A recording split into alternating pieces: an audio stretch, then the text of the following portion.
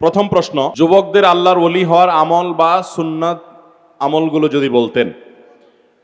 যুবকরা আজকাল ওয়াজ মাহফিলের সবচেয়ে বেশি অংশের শ্রোতা, আলহামদুলিল্লাহ। সারা বাংলাদেশের প্রতিটি অঞ্চলে, প্রতিটি জায়গায় ওয়াজ মাহফিলগুলোতে যুবকদের সরব উপস্থিতি আমাদেরকে উৎসাহিত করে, অনুপ্রাণিত করে, আশান্বিত করে। ইনশাআল্লাহ আমাদের আগামীর বাংলাদেশ সৎ, যোগ্য, নিষ্ঠাবান, আল্লাহ ভীরু, ভালো মানুষের বাংলাদেশ হবে ইনশাআল্লাহ। যুবক মানুষরা যদি আল্লাহর ওলি হতে চান, আল্লাহর প্রিয় পাত্র হতে চান, কি করবেন? খুবই সহজ। যুবকদের জন্য আল্লাহ রাব্বুল আলামিনের পক্ষ থেকে যে ফরজ বিধানগুলো আছে, এই ফরজ বিধানগুলো যদি শুধু আপনি মানেন, 5 ওয়াক্ত ফরজ নামাজটা যদি আপনি ঠিক মতো আদায় করেন, এর পাশাপাশি আপনার জীবনে গুরুত্বপূর্ণ একটা বিষয় হলো নিজের চরিত্রকে হেফাজত করা। তরুণরা যদি নিজেদের চরিত্রকে হেফাজত করতে পারে 5 ওয়াক্ত ফরজ নামাজ পড়ার পাশাপাশি, তাহলে আল্লাহর ওলি হওয়ার, আল্লাহর প্রিয় পাত্র হওয়ার, আল্লাহর খাঁটি বান্দা হওয়ার, ইবাদত গুজার বান্দা হওয়ার পথে শতকরা 70 থেকে 80% তারা অগ্রসর হয়ে গেল ইনশাআল্লাহ। এই যুগে যুবকদের জন্য আল্লাহর প্রিয় পাত্র বা ওলি হওয়ার জন্য সবচেয়ে বড় বিষয় হলো 5 ওয়াক্ত ফরজ নামাজের পর নিজের চরিত্রের মধ্যে যেন কোনো কালিমা না লাগে, সেক্সুয়াল কোনো অপরাধ যেন না হয়, কোনো হারাম রিলেশন যেন না হয়, কোনো অবৈধ সম্পর্ক যেন না হয়। এই চেষ্টা করে যদি কোনো যুবক টিকে থাকতে পারে, ওই যুবক আল্লাহ তাআলার জীবন্ত ওলি এবং নেককার মানুষ ইনশাআল্লাহ। ভাইরা আমার, যারা বয়স্ক হয়ে গেছেন তাদের জীবনে তাহাজ্জুদ, নফল আমল, দান সাদকা, ব্যক্তিগত অনেক আমল করে তারা যেই জায়গায় যেতে পারবেন। যুবকরা শুধুমাত্র ফরজ কাজ করার পর যদি কোনো নফল আমল করার সুযোগ নাও পান, আর তার চরিত্রকে যদি তিনি হেফাজত করতে পারেন, তার চরিত্রে কোনো কালিমা দেখতে না দেন, বিবাহ বহির্ভূত কোনো সম্পর্ক যদি তিনি না করেন, তাহলে এই যুগে এই যুবক হলো জীবন্ত আল্লাহর ওলি ইনশাআল্লাহ। অতএব এই বিষয়টি আমাদের খেয়াল করতে হবে।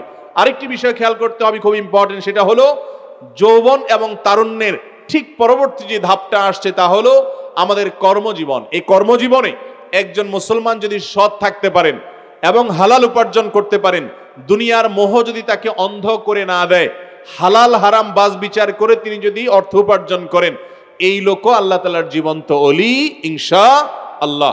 তাহলে 5 ওয়াক্ত ফরজ নামাজ পড়া, হারাম বিষয়গুলো থেকে বিশেষভাবে বেঁচে থাকা, অবৈধ রিলেশন, বিবাহ বহির্ভূত সম্পর্ক থেকে নিজেকে পরিচ্ছন্ন রাখা, নজরের হেফাজত করা, সেই সাথে হালাল উপার্জন থাকা, এটা হলো এই সমাজে, আজকের পৃথিবীতে আল্লাহর নেককার বান্দা হওয়ার, আল্লাহর প্রিয় বান্দা হওয়ার এবং আল্লাহর ওলি হওয়ার জন্য সবচেয়ে বড় মাধ্যম।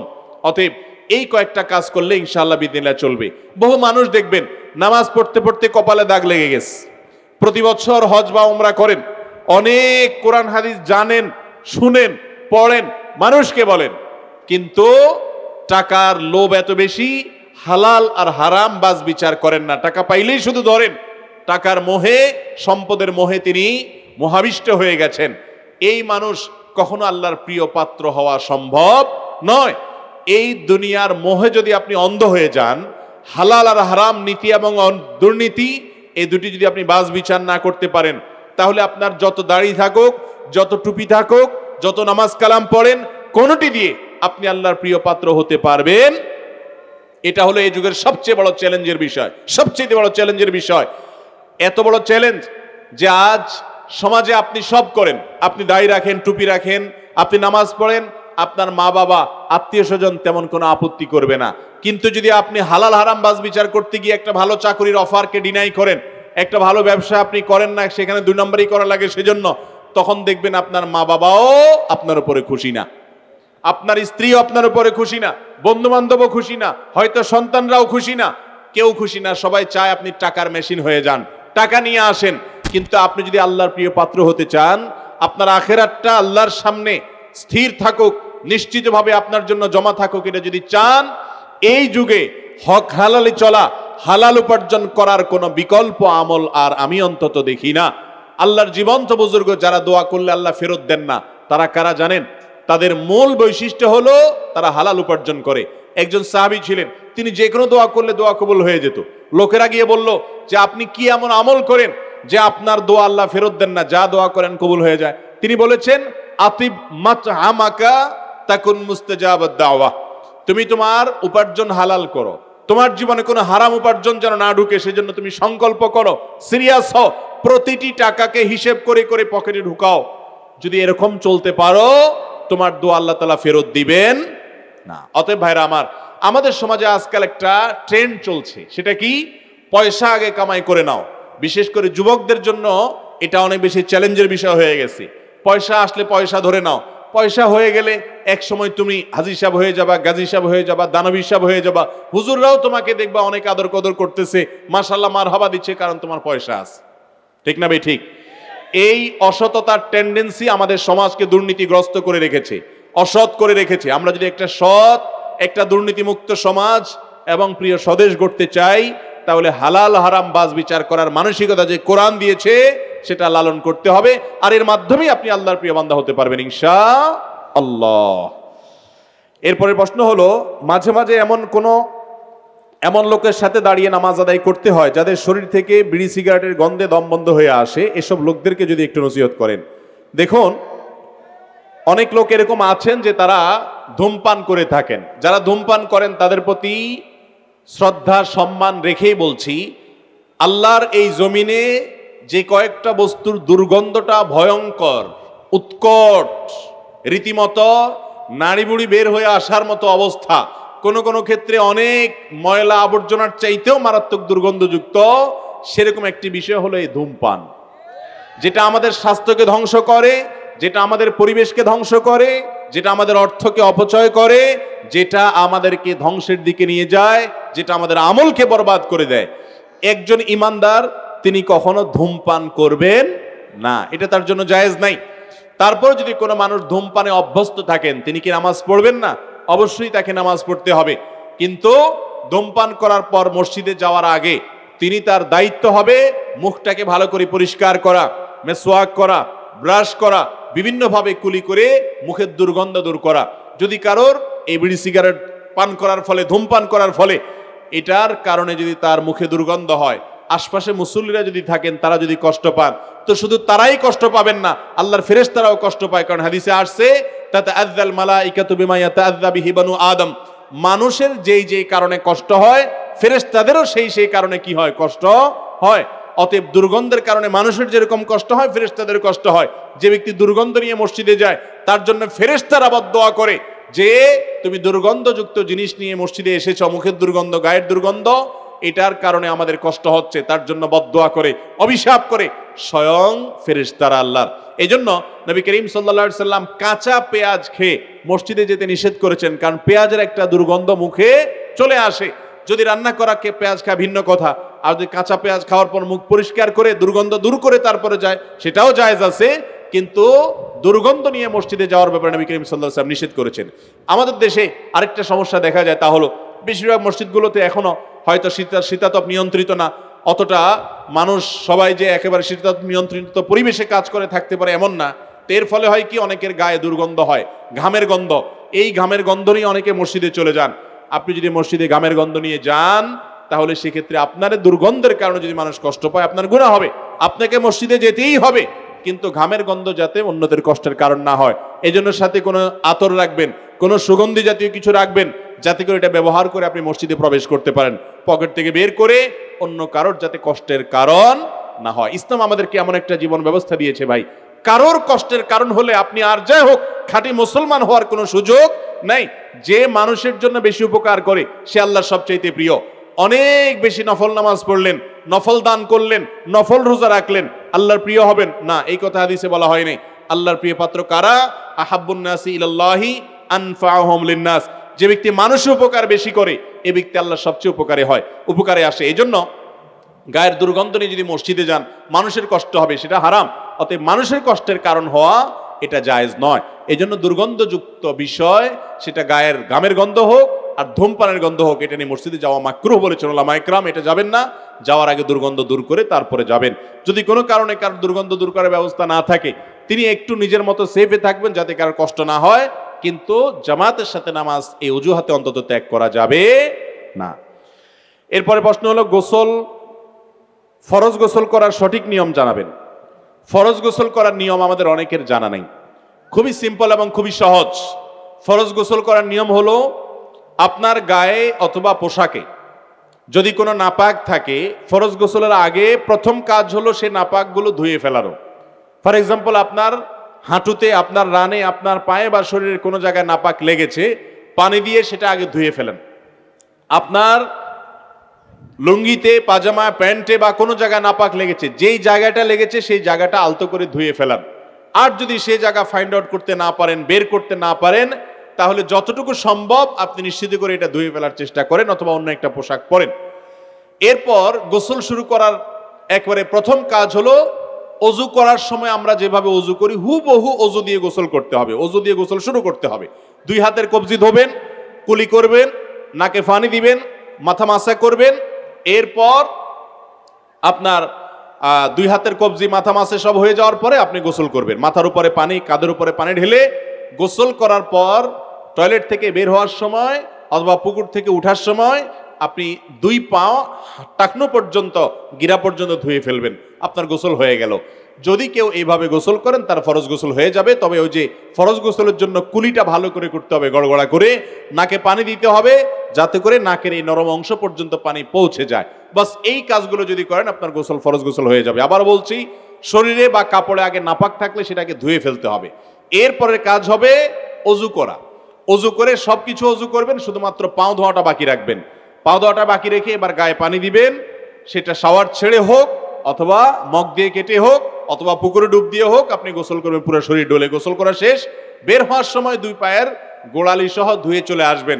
গোসল এবং অজু একসাথে হয়ে গেল, আলাদা করে আর অজু করার প্রয়োজন নাই। হ্যাঁ, গোসল করতে গিয়ে যদি আবার অজু ছুটে যায়, বায়ু এসে যায়, পেশাব এসে যায়, তাহলে আবার অজু করতে হবে।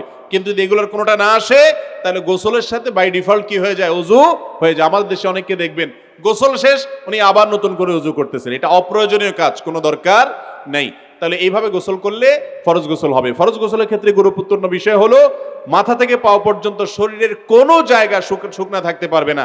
এই শুকনা থাকলে গোসল ফরজ আদায় হবে না।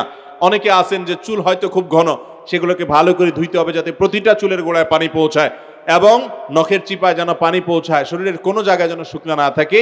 এই চেষ্টাটা করতে হবে, তাহলে গোসলের ফরজ আদায় হয়ে যাবে। এরপর প্রশ্ন হলো, আল্লাহ কোন বান্দাদেরকে বেশি ভালোবাসেন? ভাইরা আমার, কোরআনে কারিমে আল্লাহ রাব্বুল আলামিন তার বিশেষ কিছু বৈশিষ্ট্যের, বিশেষ কিছু গুণের মানুষকে ভালোবাসেন বলে জানিয়েছেন। কারা তারা? আমাদের মধ্যে কার ভিতরে এই বৈশিষ্ট্যগুলো বেশি আছে আমরা মিলিয়ে নিতে পারি। যেমন কোরআনে কারিমে কোথাও আল্লাহ বলেছেন যে আল্লাহ রাব্বুল আলামিন মুত্তাকিদেরকে ভালোবাসেন। কোথাও আল্লাহ তাআলা বলেছেন তিনি মুহসিনদেরকে ভালোবাসেন। মুহসিন মানে শুধু ভালো কাজ করার চেষ্টা করে, সৎকর্মশীল মানুষ, খুঁটে খুঁটে ভালো কাজ কোনটা আছে সেগুলা করে, নেক আমল করে। এরপরে আল্লাহ তাআলা সাবির, ইন্নাল্লাহা ইউহিব্বুস সাবিরিন, আল্লাহ তাআলা ইউহিব্বুস সাবিরিন, ধৈর্যশীলদেরকে পছন্দ করেন। আল্লাহর পছন্দের তালিকায় রয়েছেন তওবাকারীরা, যারা পাপ হওয়ার পর তওবা করে সঠিক পথে ফিরে আসে, আল্লাহর কাছে মাপ চায়, তাওয়াবিন। ইন্নাল্লাহা ইউহিব্বুত তাওয়াবিন, আল্লাহ তাআলা নিশ্চয়ই ভালোবাসেন তওবাকারীদেরকে। ওয়া ইউহিব্বুল মুতাতাহহিরিন, এবং যারা পবিত্রতা অর্জন করতে পছন্দ করে, অপরিচ্ছন্ন থাকে না, নাপাক থাকে না, এই মানুষগুলোকে আল্লাহ কি করেন? পছন্দ করেন। আল্লাহ তাআলা আমাদের সবাইকে আল্লাহ তাআলার পছন্দনীয় মানুষের, আল্লাহর পছন্দনীয় বান্দাদের কাতারে শামিল হওয়ার তৌফিক দান করুন। এরপরে প্রশ্ন হলো, মা বোন স্ত্রী রমজানে আমাদেরকে বিভিন্ন প্রকার রান্না বান্না করে খাওয়ান, এতে করে ওনারা কম ইবাদতের সুযোগ পান, এজন্য কি কিয়ামতে জবাবদিহি করতে হবে? খুব সুন্দর একটা প্রশ্ন ভাই। রমজান মাস এটা হলো খাবারের মাস, খাওয়ার মাস, ঠিক না? রমাদান মাসে এত পরিমাণ খানা আমরা খাই যে বছরের অন্য কোনো মাসে এত খানার সুযোগ আমাদের হয় না। এত বেশি খাই আমরা যে প্রতি বছর রমাদানের আগে বাজার নিয়ন্ত্রণ করার দায়িত্বে যারা থাকেন তাদের হিমশিম খেতে হয়। কারণ এত খানা আমরা খাই যে জিনিসপত্রের দাম বেড়ে যায়, ক্রাইসিস সৃষ্টি হয়ে যায়। আমি একটা কথা বলি, রমাদানের আগে আমাদের যে অবস্থা থাকে তা হলো ছোলা, চিনি, বেগুন, বেসম এগুলো স্টক করার জন্য আমরা সবাই পাগল পোড়া হয়ে যাই। মনে হচ্ছে যে মাসটা আসছে এটা খাদ্য উৎসবের মাস, এজন্য সবাই বাড়িতে খাদ্য কিনতে কিনতে, স্টক করতে করতে বাজারে ক্রাইসিস সৃষ্টি করে ফেলায়, ঠিক না ভাই? ঠিক। ভাইরা আমার, যেখানে রমজান মাসে দিনের বেলা রোজার কারণে আপনি খেতেই পারতেছেন না, 14 ঘন্টা থেকে 16 ঘন্টা 17 ঘন্টা আপনি রোজা রাখছেন, আবার রাতের বেলা ঘুমিয়ে থাকলে কয় ঘন্টা ঘুমাচ্ছেন? 6 থেকে 7 ঘন্টা কমপক্ষে ঘুমাচ্ছেন। তাহলে 16-17 ঘন্টা যদি রোজায় যায় আর 7 ঘন্টা যদি আপনি ঘুমান, তাহলে কয় ঘন্টা হয়? অলমোস্ট 22-23 ঘন্টা হয়ে যায়। আবার তারাবিতে 1 ঘন্টা চলে যায়, তাহলে কত যায়? প্রায় 24 ঘন্টা চলে যায়। আর খাওয়ার চান্স কতক্ষণ আপনি? 24 ঘন্টা থেকে যদি 22 ঘন্টা চলে যায়, 23 ঘন্টা চলে যায়, আর থাকে কয় ঘন্টা? 2 ঘন্টা বা বড় জোর 3 ঘন্টা টাইম থাকে। রমজান মাসে কিন্তু খাবারের টাইম এই 2 থেকে 3 ঘন্টা বেশি থাকে না। এই 3 ঘন্টায় আমরা যেই পরিমাণ খাই, রমজানের বাইরে 24 ঘন্টা এই পরিমাণ খাই না। ইফতারি, মধ্যবিত্তের একটা পরিবারে সাধারণত যে পরিমাণ আইটেম ইফতারে থাকে, ইফতার মানেটা কি ভাই? ইফতার মানে নাস্তা। ইফতার মানে কি? ইফতার আরবি শব্দ, এটার বাংলা অর্থ কি? নাস্তা। আমরা সারাদিন উপবাস থাকি, সেজন্য সন্ধ্যার সময় ইফতার করি। অন্য সময় যখন রোজা রাখি না রমজানের বাইরে, তখন সারা রাত আমরা উপবাস থাকি। ওই যে রাত্রে খেয়ে শুয়ে যাই, 8-10 ঘন্টা, 9 ঘন্টা, 7 ঘন্টা, 6 ঘন্টা আমরা উপবাস থাকি। এরপরে সকাল 7টা-8টা বাজে আমরা নাস্তা করি। তো অন্য সময় সকালে যে নাস্তাটা করতাম, রমজান মাসে এটা সন্ধ্যায় করি। একটা মধ্যবিত্তের পরিবারে নাস্তায় সাধারণত কয়টা আইটেম থাকে? 3 থেকে 4টে আইটেম থাকে। রুটি থাকে, ভাজি থাকে, ডিম পোস্ট থাকে, একটা চা থাকে বড় জোর, বাস এই 4-5টা পদ নাস্তা থাকে। কিন্তু সেই পরিবারটাতেই ইফতারের আইটেমে কম পক্ষে 10 থেকে 15টা পদ থাকে। ঠিক না বে ঠিক? আবার এই খাবার গ্রহণ করার জন্য একটা জাল হাদিস বানায় নিয়েছি আমরা, সেটা হলো রমজানের খানার কোনো হিসাব নেই। শুনছেন এই হাদিস আপনারা? এটা একটা জাল হাদিস। কোরআন হাদিসে কোথাও এই কথা নেই। রমজানে খানার হিসাব আল্লাহ আরো বেশি করে নেবেন। কারণ যেই মাসে ইবাদত বন্দিগি করার কথা, যে মাসে আল্লাহ তাআলা দিনের বেলায় খানাই বন্ধ করে দিয়েছেন, ওই মাসে আপনি আরো ডবল করে খাইলেন, তাহলে আল্লাহর কাছে আরো হিসাব দেহি করা লাগতে পারে কি পারে না? অতএব রমজান মাসে আমরা এই যে খাবারের পিছনে পড়ে যাই, প্রশ্ন খুব যৌক্তিক প্রশ্ন। আপনি খাবারের পিছনে পড়ে যান, এই জন্য মা বোনরা ইবাদত বন্দি করতে পারেন না। বেচারীরা ওই দুপুর 2টা-3টা থেকে শুরু হয়ে যায় আপনার ইফতারের প্রস্তুতি। ইফতারের প্রস্তুতির পর ইফতার বানাইতে বানাইতে বানাইতে বেচারীরা কাহিল হয়ে যায়, এত আইটেম করে ফেলেছে। এরপর আপনি অফিস থেকে এসে, কর্মস্থল থেকে এসে বাসায় আপনি নামাজের আগে কোন রকম 2-4-5 পদ দিয়ে খায়া যায় নামাজটা পড়েন। নামাজ পড়ে এসে দ্বিতীয় ইনিংস ঘোষণা করেন, আইসা সেকেন্ড ইনিংসে খানা শুরু করেন। আছে না নাই? প্রথম ইনিংসে ইফতারিতে 2-4 পদ খায়া এরপরে যায় আপনি বিরতি দেন। বিরতি দিয়া মাগরিবের নামাজ পড়ে হাঁটে আসলেন, গেলেন, আর একটু ক্ষুধা হইলো, বাড়িতে এসে জামা টাপড় খুলে এরপরে আপনি সুন্দর করে আবার সেকেন্ড ইনিংসে বসেন, বসে খাইতে থাকেন। খাইতে খাইতে খাইতে খাইতে এশার আজান দেওয়ার অবস্থা হয়ে যায়। আবার কোন রকম এশার নামাজটা পড়তে যান, এশার নামাজটা পড়া শেষ হইতে না হইতে আইসা আবার বলেন যে হ্যাঁ, শেষের একেবারে লাস্ট ইনিংসে কি আছে। ঠিক না বে ঠিক? তাহলে মা বোনরা বেচারীরা ইবাদতটা কখন করবে? খুব যৌক্তিক প্রশ্ন। তারা ইফতারের আগ পর্যন্ত আপনার ইফতারি বানাচ্ছে, আপনি চলে গেছেন মাগরিব নামাজ পড়তে, বেচারীরা গোছাতে গোছাতে শেষ। নামাজের পরে এসে আপনি আবার হালিম চাইবেন, আপনি আবার এটা চাইবেন, আপনি আবার সেটা চাইবেন, বেচারীরা সেটা প্রস্তুত করতেছে। এরপরে খায়া ধুয়ে চলে গেলেন সবগুলো ওইভাবে, বেচারীরা সেগুলো পরিষ্কার নিয়ে লেগে গেল।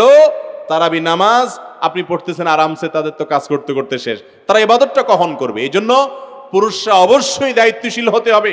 হয় মহিলাদেরকে বাসায় কাজের ক্ষেত্রে হেল্প করতে হবে। আর সবচেয়ে বড় কথা হলো, রমাদান মাস ভাই খাদ্য উৎসবের মাস নয়।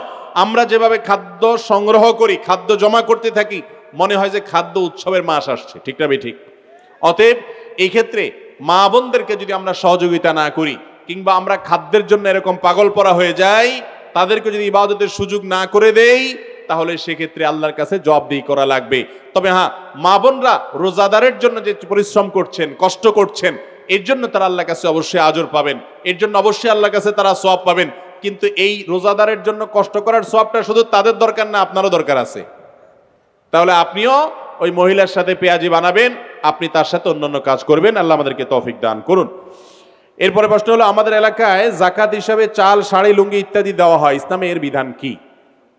দেখুন, জাকাত হিসাবে শাড়ি লুঙ্গি যদি দেয়া হয়, এটার উপমাটা কিরকম আমি বলি। এটার উপমাটা হলো, ধরুন আপনার কাছে আমি 200টা টাকা পাবো, আপনি আমাকে বাজারে দেখে বলছেন ভাই এদিকে আসেন, ডেকে নিয়ে একটা ফল দোকানের কাছে দাঁড়ায়া ফল দোকানকে বললেন ভাই 1 কেজি আপেল দেন, 200 টাকা দাম যেটার। আপেলের প্যাকেটটা আমাকে ধরায় দিলেন, দিয়ে বললেন যান বাড়ি চলে যান। কি জন্য? বললেন যে ভাই 200 টাকা পাবেন না, ওই 200 টাকা পারপাস আপনাকে আপেলটা দিয়ে দিলাম, নিয়ে যান। এই লোকটা এই আপেল দেওয়ার কারণে সে কি তার ঋণকে যথাযোগ্যভাবে আদায় করলো? এ তো রীতিমতো মাইর খাওয়ার মতো অবস্থা হয়ে গেল না? যে আমার 200 টাকা তুমি ফেরত দিবে, আমি কি আপেল কিনবো না বেদানা কিনবো না চাউল কিনবো সেটা তো আমার ব্যাপার। তুমি একটা ঠিক করে আমাকে ধরাই দিলে, অধিকার তোমাকে কে দিয়েছে? এবার আসেন যাকাতের ক্ষেত্রে আমরা বুঝি। যাকাতের সম্পর্কে আল্লাহ তাআলা কোরআনে বলেছেন, ওয়াফি আমওয়ালহিম হাক্কুল লিসসাইলি ওয়াল মাহরুম। ধনীদের সম্পদে গরিবদের, অভাবী মানুষের, বঞ্চিত মানুষদের, যাকাতের হকদার যারা আছে তাদের অধিকার আছে, তাদের পাওনা আছে। সে পাওনাদার আপনার কাছে। আপনার যাকাতের টাকাটা এটা পাওনা। এই পাওনাটা আপনি পাওনাদারকে ক্যাশ টাকা দিয়ে পরিশোধ করবেন। তিনি তার টাকা দিয়ে কি কিনবেন না কিনবেন তার ব্যাপার, সেটা চেয়ে বুঝবে। আপনি তাকে ডেকে এনে বলতেছেন, ভাই আসো তোমার পাওনা পরিশোধ করব, এই নাও যাকাতের একটা লুঙ্গি, এই নাও একটা শাড়ি, ওই আপেল কিনে দেওয়ার মতো হলো। কথা কি বুঝাতে পারছি? আমাদের দেশের মতো পৃথিবীর আর কোনো দেশে আছে কিনা আমি জানি না। এই দেশে কাপড়ের দোকানগুলোতে রমজান আসলে দেখা যায় যাকাতের শাড়ি লুঙ্গির পরিচয় জানেন আপনারা কাকে বলে? যাকাতের শাড়ি লুঙ্গি বলা হয় ওই শাড়ি লুঙ্গিকে যেটা এক ধোয়াতে বরবাদ হয়ে যাবে, যেটা এক ধোয়াতে শেষ। আমি প্রায় চিন্তা করি, আল্লাহ যাদেরকে তৌফিক দিয়েছেন তারা গরিব মানুষকে টাকা না দিয়ে শাড়ি লুঙ্গিটা কেন দেয়? পরে আমার কাছে মনে হইলো এর অনেক উদ্দেশ্য থাকতে পারে, আল্লাহু আলাম। একটা উদ্দেশ্য এটাও হওয়ার সম্ভাবনা আছে যে শাড়ি লুঙ্গিটা সাইনবোর্ডের কাজ করে, টাকা তো আর সাইনবোর্ডের কাজ করে না। গ্রামাঞ্চলে যখন শাড়ি লুঙ্গি দিবেন, আপনার লুঙ্গি পরে পথ করে হাঁটবে বাজারে রাস্তাঘাটে, কে দিছে? অমুকে দিছে। এটা সাইনবোর্ডের কাজ করে। মনে রাখবেন আল্লাহ তাআলা কোরআনে কারিমে বলেছেন, লান তানালুল বিররা হাত্তা তুনফিকু মিম্মা তুহিব্বুন। 4 নম্বর পারার প্রথম আয়াতে আল্লাহ বলেছেন, তোমার সবচেয়ে পছন্দের জিনিসটা যদি আল্লাহর রাস্তায় দান না করো তাহলে তুমি কখনো আল্লাহর প্রিয় পাত্র হতে পারবে। অতএব আপনি গরিব মানুষকে যদি কাপড় চোপড় দেওয়াটা প্রয়োজন মনে করেন, হতে পারে কোন গরিবকে টাকা দিলে সে নষ্ট করে ফেলবে, হতে পারে তাকে আপনি যাকাতের টাকা না দিয়ে তার জন্য উপকারী কোনো কিছু করে দিলেন। ফর এক্সাম্পল, লোকটা সেলাই কাজ করে, তারটা সেলাই মেশিন দরকার, ক্যাশ টাকা দিলে নষ্ট করে ফেলবে, অপচয় করে ফেলবে বোকা শোকা কিসিমের, তাহলে আপনি তার প্রয়োজন অনুযায়ী তাকে একটা সেলাই মেশিন কিনে দিলেন যাকাতের টাকা দিয়ে, এটা জায়েজ আছে। কিন্তু তার কি দরকার না দরকার জিজ্ঞেস করা করি নাই, লুঙ্গি কতগুলো কিনে নিয়ে দাঁড়ায় বললেন সিরিয়াল ধরো, আইসা নিয়ে যাও, এটা কখনো জায়েজ না, সঠিক কোনো কাজ না। যাকাত আদায়ের এটা কোনো পদ্ধতি হতে পারে। অতএব যাকাতের শাড়ি লুঙ্গি নয়, যাকাত আমরা ক্যাশ টাকা দিয়ে দিব, অথবা দরিদ্রের দারিদ্র বিমোচন হয় সেভাবে দিব ইনশাআল্লাহ। এরপরে প্রশ্ন হলো, আমি একজন যুবক, আমি সবসময় একজন নেককার মেয়েকে স্ত্রী হিসেবে পাওয়ার জন্য আল্লাহর কাছে দোয়া করি। কোন কোন আচার আচরণগুলো একটা মেয়ের মধ্যে থাকলে আমি বুঝতে পারবো মেয়েটা দিনদার? ভাই, প্রথম কথা হলো, যারা বিয়ে করেন না এখনো, আপনারা সবাই দিনদার জীবন সঙ্গিনী চান? হ্যাঁ, সবাই চান, মাশাআল্লাহ। তো এর জন্য নিজেকে আগে দিনদার হইতে হবে। নিজেকে আগে কি হইতে হবে?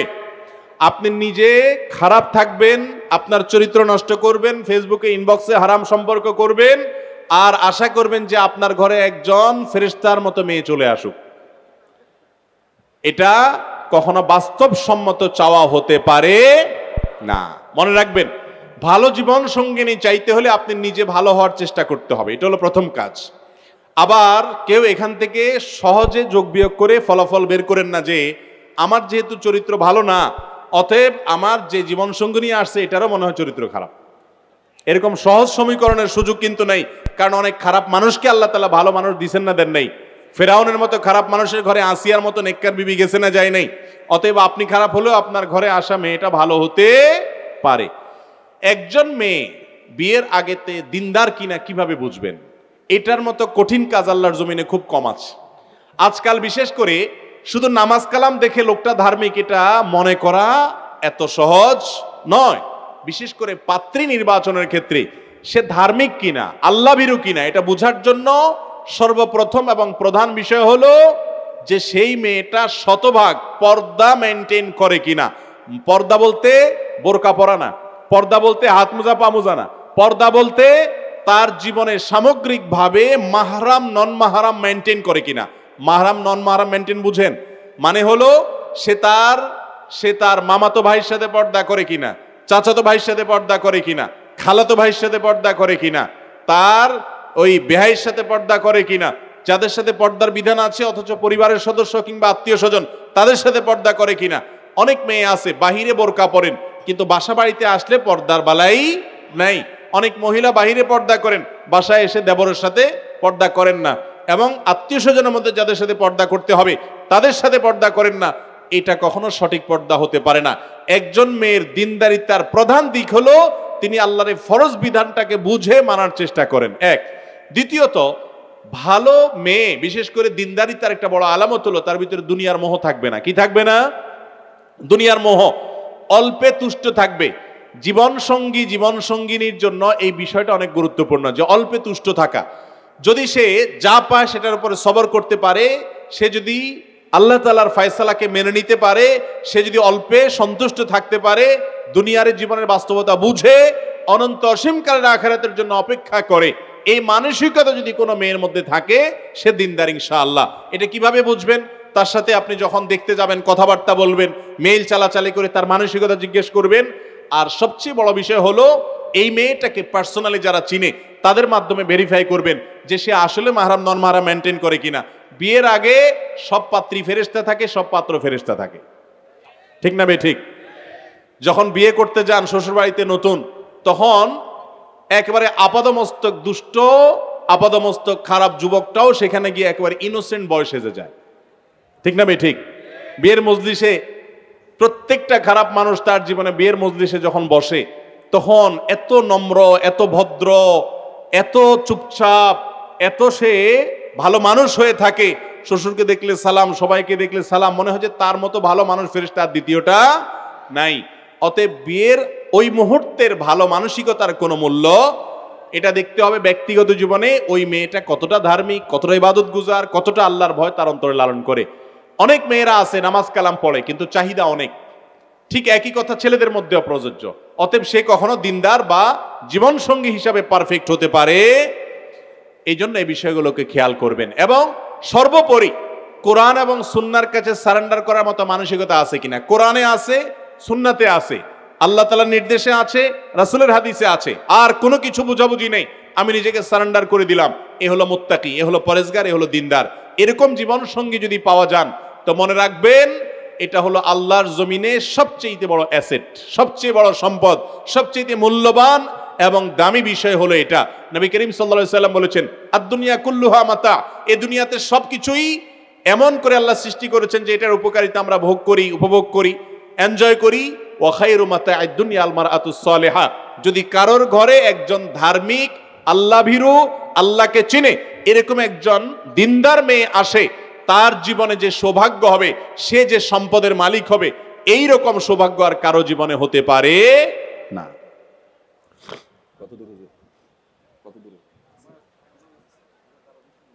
আমাকে 10 মিনিট আগে নোটিস দিবেন। ফেসবুকে বেগানা নারী বা পুরুষকে ফ্রেন্ড লিস্টে রাখা যাবে কিনা। দেখুন, বেগানা নারী বা বেগানা পুরুষকে ফ্রেন্ড লিস্টে রাখার ব্যাপারটিকে অ্যাভয়েড করাটাই হলো তাকওয়ার দাবি। কারণ ফ্রেন্ড লিস্টে থাকার ফলে একে অন্যের সঙ্গে প্রয়োজন ছাড়াও চ্যাটিং করার সুযোগ তৈরি হবে। প্রথম হয়তো জিজ্ঞেস করবে যে আপা বাড়ি কোথায়, এরপরে হয়তো জিজ্ঞেস করবেন কি খাইছেন, এরপরে আস্তে আস্তে নিচের দিকে নামবেন।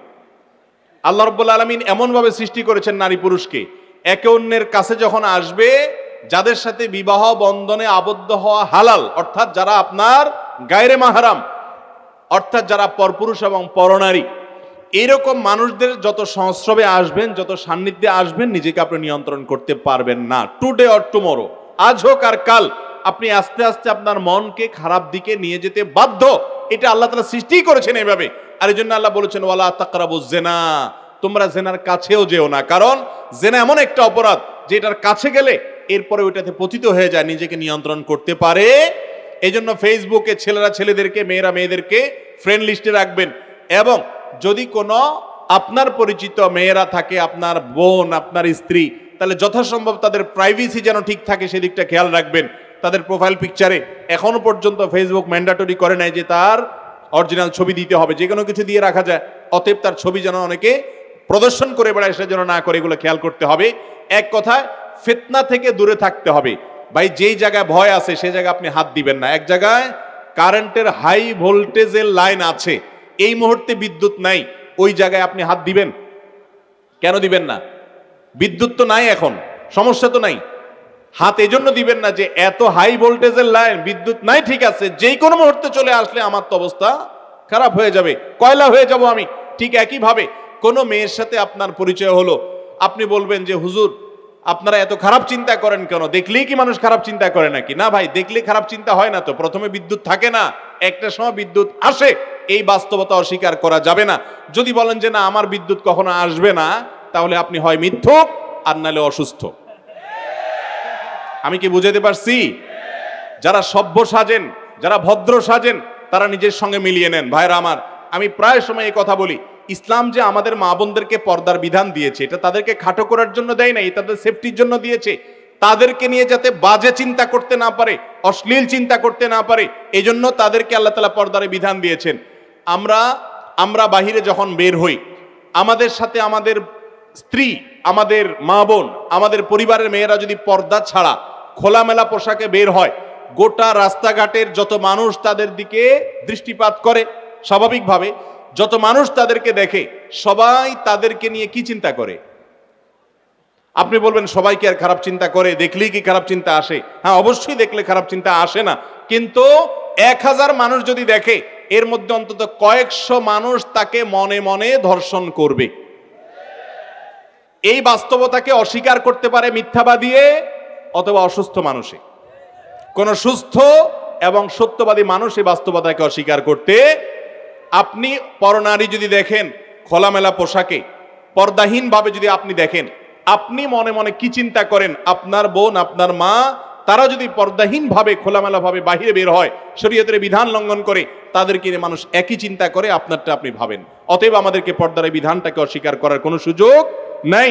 এই বিধানটাকে আমাদের মেনে চলতে হবে। আল্লাহ তাআলা আমাদেরকে বোঝার তৌফিক দান করুন। এরপরে অতএব ফেসবুকে মেয়েদেরকে বন্ধু হিসাবে যুক্ত করবেন না যারা আপনার গায়রে মাহরাম, যারা পরনারী, কারণ এর মাধ্যমে ফিতনার দুয়ার উন্মুক্ত হয়। কত সংসার ভেঙে খান খান হয়ে গেছে শুধু ফেসবুকে।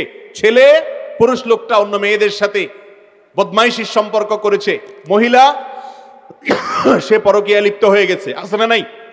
অতএব ভাইরা আমার, এই সোশ্যাল মিডিয়াকে যদি আপনি নিয়ন্ত্রণ করতে না পারেন, আপনাকে যদি ফেসবুকে ইউজ করে, তো আপনি শেষ। আপনি ফেসবুককে ইউজ করতে হবে, অর্থাৎ ভালোটা নিবেন, খারাপটা নিবেন না।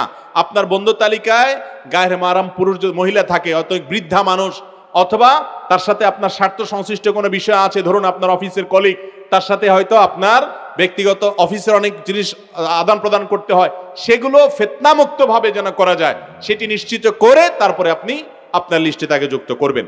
এরপর প্রশ্ন হলো, আমার কথা বা কোনো কাজে ভুল পেলেই বন্ধুরা বা অন্যরা আমার দাড়ি নিয়ে কটু কথা বলে, যা কষ্ট লেগে যায়, আপনার মতামত কি? ভাইরা আমার, আমাদের সমাজে কিছু মানুষ দাড়ি রেখে ফেললে মনে করে লোকটা ফেরেশতা হয়ে যেতে হবে। এই জন্য অনেক মানুষ দাড়ি রেখে যদি উল্টাপাল্টা কিছু করেন, ভুলভাল কিছু করেন, তখন তার দাড়ি নিয়ে খোঁটা দেয় এবং দাড়ি নিয়ে এমন ভাবে কথা বলে লোকটা মনে হয় যে দাড়ি রেখে অন্যায় করেছে। ঠিক না ঠিক? একজন মানুষ দাড়ি রাখার পর একটা 2 নম্বরই কাজ করেছে, কথার কথা। আরেকজন মানুষ দাড়িও রাখে নাই, 2 নম্বরই কাজও করেছে। এই দুইজনের মধ্যে অপরাধের মধ্যে মাত্রা কার বেশি? যে দাড়িও রাখলো না, সে তো একটা ওয়াজিব তরক করলো, আবার একটা গুনার কাজ করলো। যে বেচারা দাড়ি রেখে একটা আকাম করছে, সে অন্তত দাড়ি রাখার কাজটা তো করছে, আরেকটা আকাম করে একটা গুনাহ না করছে, আরেকটা তো সে করলো না। ঠিক না ঠিক? আমাদের দেশে অনেক সময় দেখা যায় কেউ দাড়ি রাখলে বলে, ভাই দাড়ি রাখছো, দাড়ির ইজ্জত রক্ষা করতে পারবা? দাড়ির ইজ্জত রক্ষা করতে না পারলে দাড়ি রাখা ঠিক না। এই ফতোয়া শুনছেন আপনারা?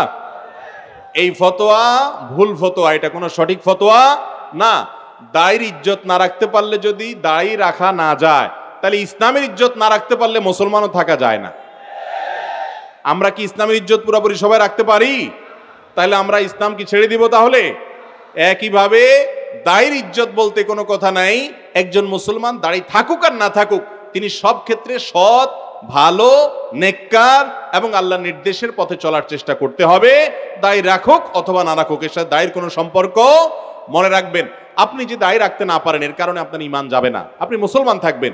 কিন্তু কেউ দাড়ি রেখেছে, তাকে যদি তাচ্ছিল্য করেন, বিশেষ করে যুবকদের বলছি, অনেক তরুণরা আছে, নিজের কোনো বন্ধু হয়তো দাড়ি রেখেছেন, নামাজ পড়া ধরেছেন, তাকে নিয়ে আপনি ঠাট্টা করছেন, বিদ্রুপ করছেন। ঈমান ভঙ্গের কারণ আছে অনেকগুলো।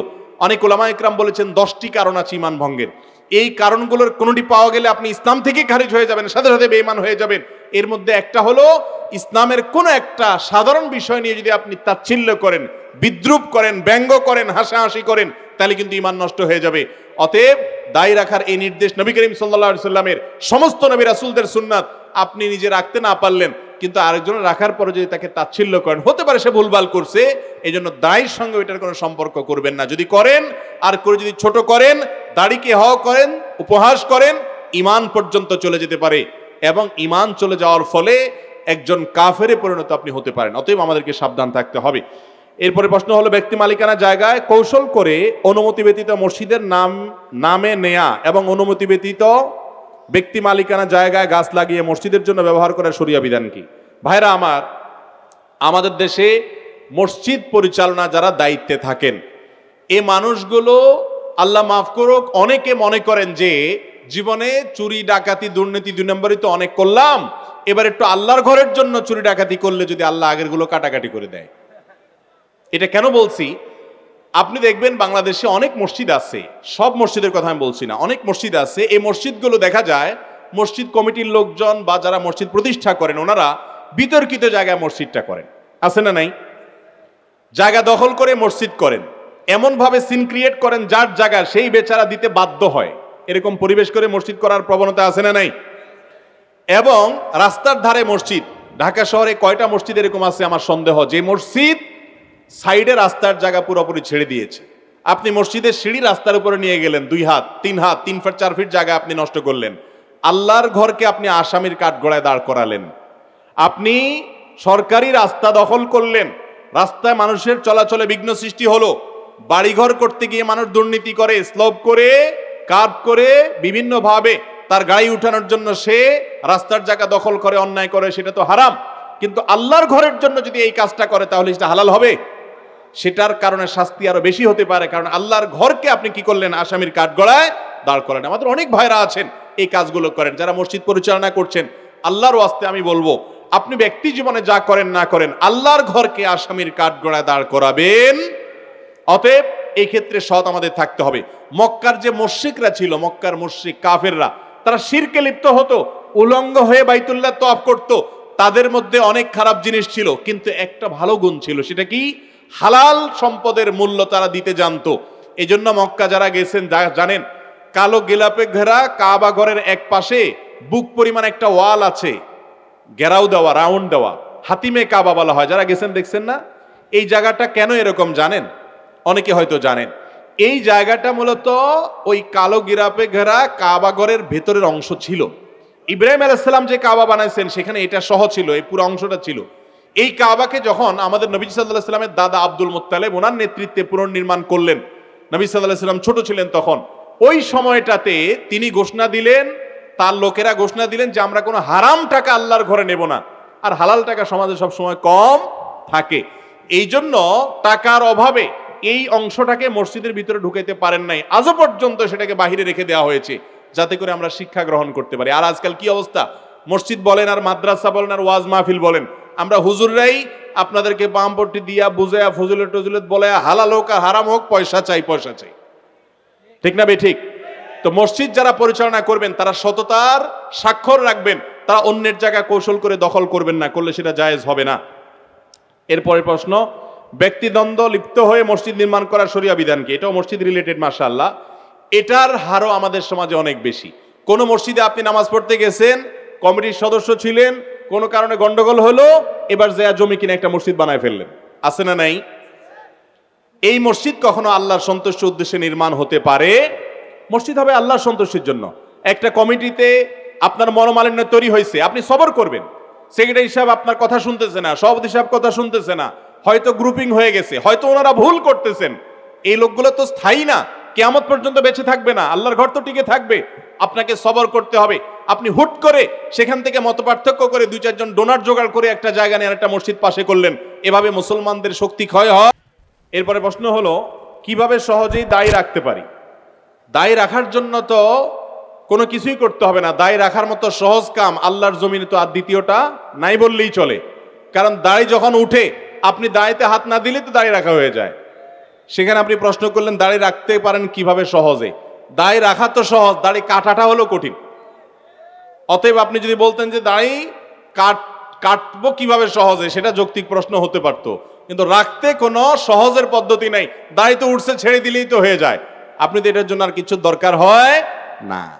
হয়তো প্রশ্নকর্তা এই চিন্তায় প্রশ্নটি করেছেন যে এটা রাখতে গেলে সমাজে হেয় প্রতিপন্ন হয়, অনেক কথা বলে, অনেকে অনেক কিছু বলে। ভাইরা আমার, মানুষ অনেক কিছুই বলবে। মানুষের কথা শুনে যদি আপনি চলেন, তাহলে সেক্ষেত্রে আপনি আল্লাহর কাছে জান্নাতের আশা করতে পারেন। মানুষ সবসময় মানুষ আপনাকে ভালো কাজের কথা বলবে এমনটি নয়। আল্লাহ বলেছেন, ওয়ালা তুতি আকসারা মান ফিল আরদ, এই পৃথিবীর বেশিরভাগ মানুষের কথা যদি তুমি শুনো, তাহলে তারা তোমাকে পথহারা করে ফেলবে, কারণ বেশিরভাগ মানুষ ভালো না, বেশিরভাগ মানুষ খারাপ। অতএব নিজের সঙ্গে নিজে স্ট্রাগল করতে হবে, যুদ্ধ করতে হবে। শুনেছি স্ত্রীর কাছ থেকে দূরে গিয়ে সর্বোচ্চ 120 দিন থাকার অনুমতি ইসলামে আছে। কথাটা কতটুকু সত্য?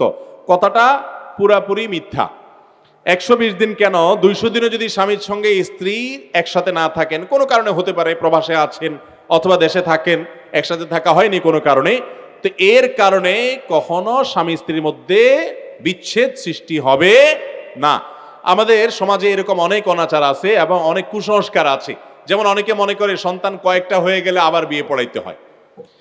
দেখেন, কয়েকটা সন্তান হয়ে গেলে বিয়ে তো আরো পাকাপোক্ত না হয়, এটা পড়াইতে হবে কেন? এগুলো সবগুলো আমাদের মন গড়া কথাবার্তা। অতএব 120 দিন, 200 দিন, 500 দিন স্ত্রী থেকে স্বামী দূরে থাকলে সম্পর্ক ছিন্ন হয়ে যায় না। তবে বিনা প্রয়োজনে বাধ্য না হলে এভাবে স্বামী স্ত্রী দূরে থাকাটা ইসলাম কখনো সেটাকে প্রশংসা করে না। স্বামী স্ত্রী যত নিকটে থাকবে, একে অন্যের কাছাকাছি থাকবে, স্বামী স্ত্রীর মধ্যে ভালোবাসা যত গাঢ় হবে, তারা আল্লাহ তাআলা তত প্রিয় পাত্র হতে পারবেন ইনশাআল্লাহ। আর যারা বিয়ের আগে ইটিস পিটিস করে, অবৈধ সম্পর্ক করে, এখানে সেখানে প্রেম বিলায় বেড়াইছেন, তারা দেখবেন সময় মতো পুঁজিতে টান পড়বে। কথা বুঝাতে পারছি? সময় যখন হবে তখন দেখবেন পুঁজিতে টান পড়ছে, কারণ অজাগায় কুজাগায় পুঁজি বিলায় বেড়াইছেন। এই জন্য বিবাহ বহির্ভূত সম্পর্ককে না করবেন এবং অপেক্ষা করবেন হালাল সম্পর্কের জন্য। শয়তান যদি আগুনের তৈরি হয়, তাহলে জাহান্নাম তাকে কিভাবে আগুন দিয়ে জ্বালানো হবে? দেখুন, শয়তান আগুনের তৈরি, আবার জাহান্নামে আল্লাহ তাকে আগুন দিয়ে কিভাবে তৈরি করবে, শাস্তি দিবেন? এটার উত্তরে অনেক কথাই বলা যায়। এর ভিতরে একটা কথা তো খুব কমন আমরা জানি, সেটা হলো আমাদেরকে আল্লাহ মাটি দিয়ে তৈরি করেছেন, মানুষকে কি দিয়ে তৈরি করছেন? এখন আমি যদি মাটির একটা ঢেলা দিয়ে আপনাকে জোর করে মারি, আপনি ব্যথা পাবেন কি পাবেন না? আপনার বুকের উপর যদি কয়েক মণ মাটি চাপা দিয়ে আপনি ব্যথা পাবেন কি পাবেন না? তো মাটি দিয়ে তৈরি হলে মাটি দিয়ে শাস্তি দেওয়া যায় না? ঠিক একইভাবে শয়তান আগুনের তৈরি হলেও জাহান্নামের আগুন দিয়ে তাকে শাস্তি দেওয়া যাবে। সবচেয়ে বড় কথা হলো, জাহান্নাম এটা আলমুল গায়েবের বিষয়, অদৃশ্য জগতের বিষয়। আপনি জাগতিক যে সমস্ত বিষয় চোখের সামনে দেখেন, এটার সাথে আখিরাতের বিষয়কে তুলনা করলে কখনো সঠিক তুলনা হবে না। রমজানের সাহরি ও ইফতারের সময় আগে পরে হলে তার শরীয়ী বিধান কি?